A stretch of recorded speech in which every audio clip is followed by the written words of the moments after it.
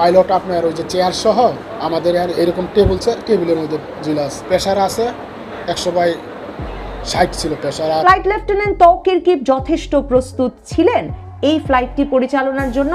তার উড্ডয়নের আগে বিমানটি চেক করে দিল কারা? দেখি এখানে প্যারাশুট ঝুলে আছে, গোঙানির শব্দ শুই না, এখান থেকে বের করছে। এর মধ্যে কোনো আঘাত হয় না, মুখ দিয়ে একটু ব্লাডিং হয়েছে, শরীর সব অক্ষত। তিনি তো পুড়ে যাননি, তিনি কোথায় আঘাত পেয়েছিলেন? কি অবস্থায় তৌকিরকে পাওয়া গিয়েছিল যে বাঁচানো গেল না?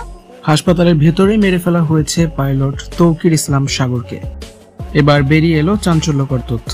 তৌকির 1.5 ঘন্টা অচেতন অবস্থায় পড়েছিলেন। কেন তাকে জরুরি উদ্ধার করা কেনই বা এখনো জানানো হয়নি ঠিক কি কারণে মারা গেল তৌকির।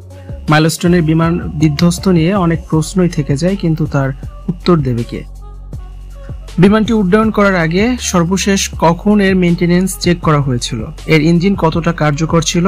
আগুন ধরার মুহূর্তে সবশেষ ব্ল্যাক বক্সে কি রেকর্ড করা হয়েছিল?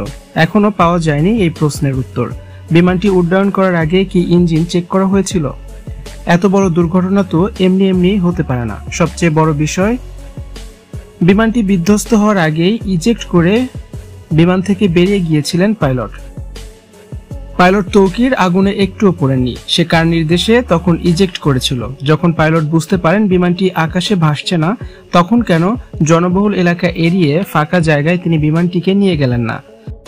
বাংলাদেশ বিমানের কন্ট্রোল রুম থেকে সবকিছুই পর্যবেক্ষণ করা হয়েছে, তারপরও পাইলটকে কেন তাড়াতাড়ি খুঁজে বের করলো না কেউই?